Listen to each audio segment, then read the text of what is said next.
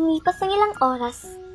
Naglakad pa rin ang ina ni Tuper sa kalsada, pagod at gutom, habang patuloy na naghahanap ng makakain para sa anak. Isang mayamang babae ang dumaan. May kausap siya sa telepono. Abalang-abala. At may bitbit na mamahaling bag. Halatang may mahalagang laman. Hindi niya namamalayan. May lalaking palihim na sumusunod sa kanya. Tila may masama itong balak. Abalang-abala pa rin ang mayamang babae sa pagtawag hanggang naglalakad sa gilid ng kalsada. Biglang sinunggaban ng lalaki ang kanyang bag. Napasigaw ang babae. Yung bag ko! Yung bag ko! Tulong! Tulong! Yung bag ko! Nagulat ang ina ni Tuper sa malapit na lugar. Hindi nagdalawang isip. Hinabol niya ang snatcher. Kahit pa, hirap at pagod na siya sa kabila ng gutom at pagod. Pinili ng ina ni Tuper ang gumawa ng tama. Sinubukan niyang agawin ang bag sa lalaki. May konting tulakan. Nasuntukan siya, natumba siya. Ngunit bago tuluyang napatakbo ang lalaki, hinabol niya ulit at sa huling lakas na natira sa kanya, nagawa niyang agawin ang bag. Hingal na hingal at sugatan.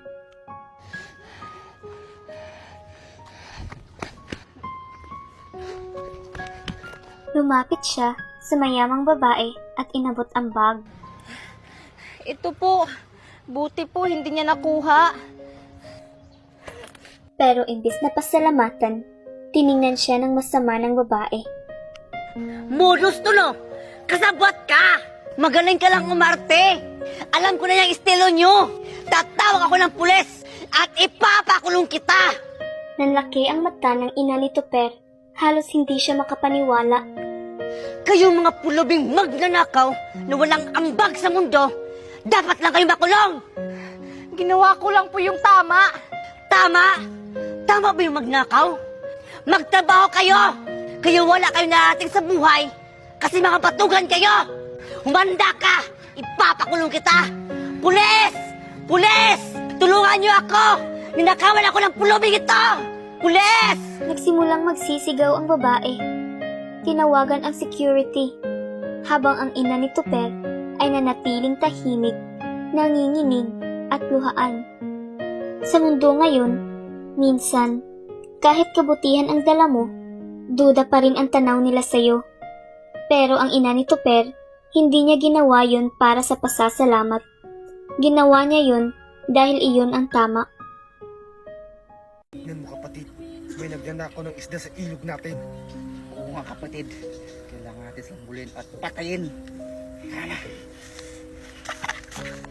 Ano ba, Juliet? Manghuli pa tayo ng isda o hindi?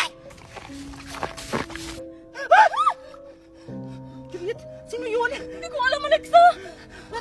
Parang kabayo yun na. Kabaw? Ano parat? Ano? Ano yan kapatid? Ito ang Black Beans. Para hindi na sila makatakas sa mundo natin. Pag nakain nila to, makukulong sila sa sarili nating mundo!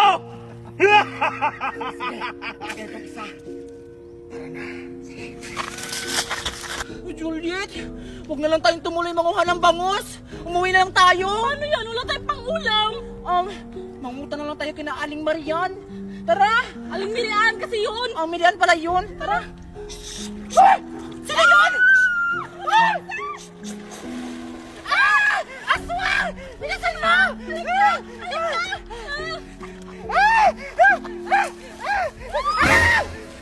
Oh, bakit kayo natataranta? Hinahabol ba kayo? Oo nga. Oo, may humahabol sa amin! Parang kabayo! Parang tikbalang talaga yun! Oo nga! Ginaganon pa kami, oh! Ganon! Ha? Ganun ba? Mukhang nasundan kayo ng masamang ehemplo. O sige. Para hindi na kayo masundan ng masamang ehemplo. Ito, kainin niyo to. Buto to ng pakwan. Ha? Pakwan? Hindi ng pakwan yan? Oo nga! Tsaka yan! Parang nilalaro ko yan yung bata pa ako! Yung, ano yan, buto-buto! Niluto-luto pa nga namin yan! Nagkakamali kayo mga bata. Ito ang tinatawag sa aming Black Pakwan. Oo nga. Pag kinain nyo ito, malutong at masarap. At hindi na kayo masusundan ng masamang ehemplo. Kaya ano pang hinihintay nyo? Tikman nyo na. Tikman nyo na. Ayan! Makakatulog na ako kasi meron na akong banig! Kunin ang batang yan! Bitawan niyo ako! Bitawan niyo ba ako? Ang gulong bata ka! Tulungan niyo po ako! Bitawan niyo ba ako? Tulog! Kailangan nyo ng tulog mo! Tulungan niyo po Kakainin ako! kita! Ang ingay mong bata ka! Bitawan niyo ba ako? Tulong! Tulungan niyo ako! Tumahimik ka! Huwag niyo po ako sasaktan! Hindi ka namin sasaktan! Gagawin ka lang namin kare-kare! Huwag po! Hindi po ako masarap kapag ginawa niyo po akong kare-kare. Pwede bang lechon bili na lang? Huwag kang pala desisyon! Kami ang kakain, hindi ikaw! Sa letra na P!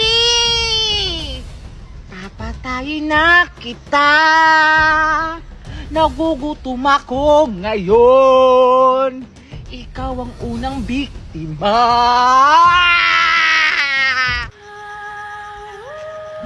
Itigil lang inyong kahibangan!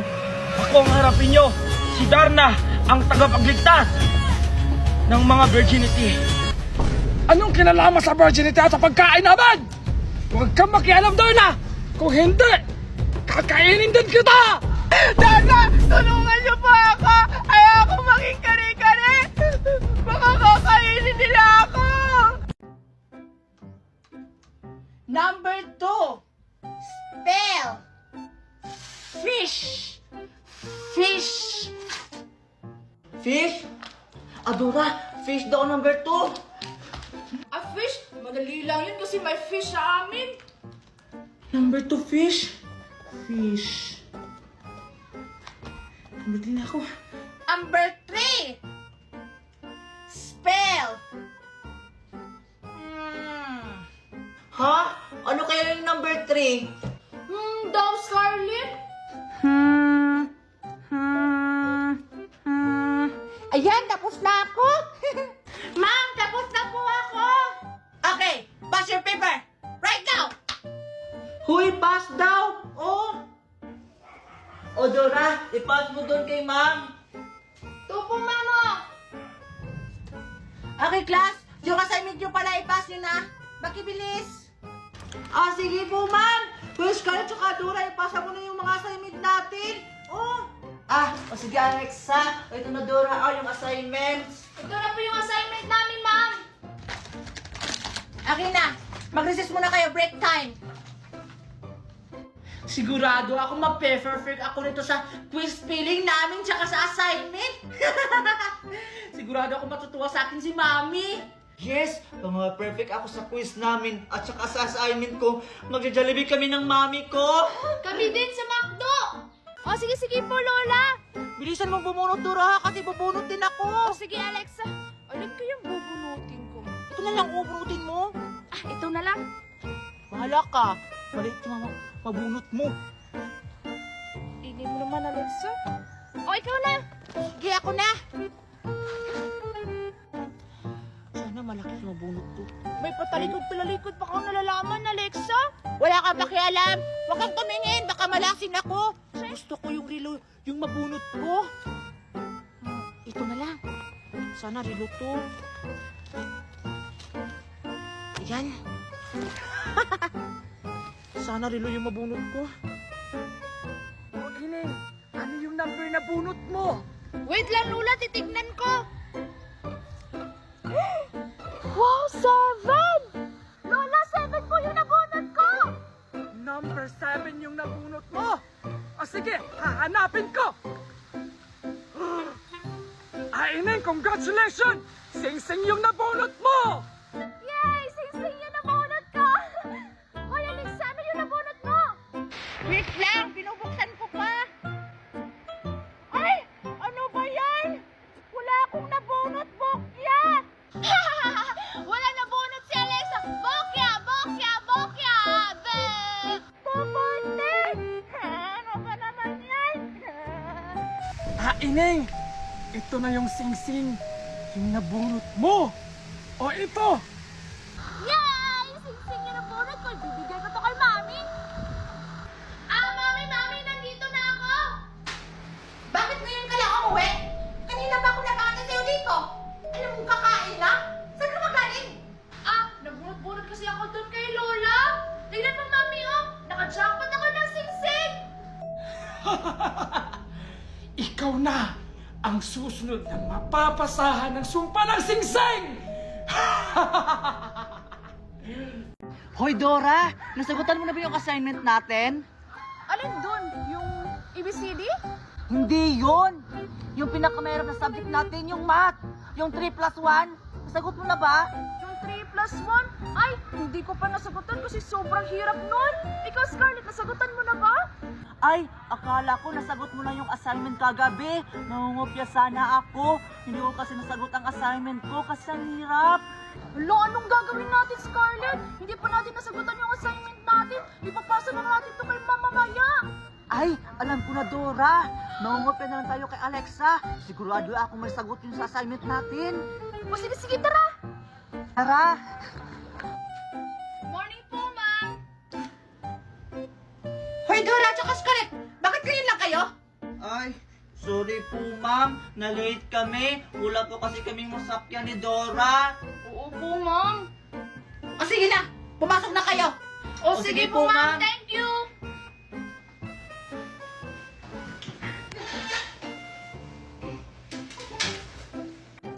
Three plus 1 equals 13. Ang galing ko talaga. Sigurado ako mapiperfect ako nito. Hoy, Alexa! Oh, ano yun, Scarlett? Pakopya naman, Alexa. Di ko kasi nasagot yung assignment natin kahapon. Kami ni Dora. Oo nga, Alexa. Bakopya kami. Baka kasi mapagalitan ako ni Mami pag napagsak ako. Yan kasi, puro kasi kayo laro-laro. Hindi kayo nakikinig sa leksyon ni ma'am. Yan tuloy, wala kayong masagot sa assignment natin. Sige na, Alexa. Ililibre kita maya pang recess. Basta pakopyahan mo kami. Sige na nga. Basta, bilisan nyo ha. Baka makita tayo ni ma'am. Oh, bilisan nyo, kopyahan nyo na. Thank you, Alexa. O Dora, sige na mag-answer natin sa assignment natin. Sige. Okay, class. Sino maglilid ng prayer dito? Kasi ako yung leader natin. Hala, lead the player daw. Hindi ako marunong. Hindi ako mag-lead. Ako rin.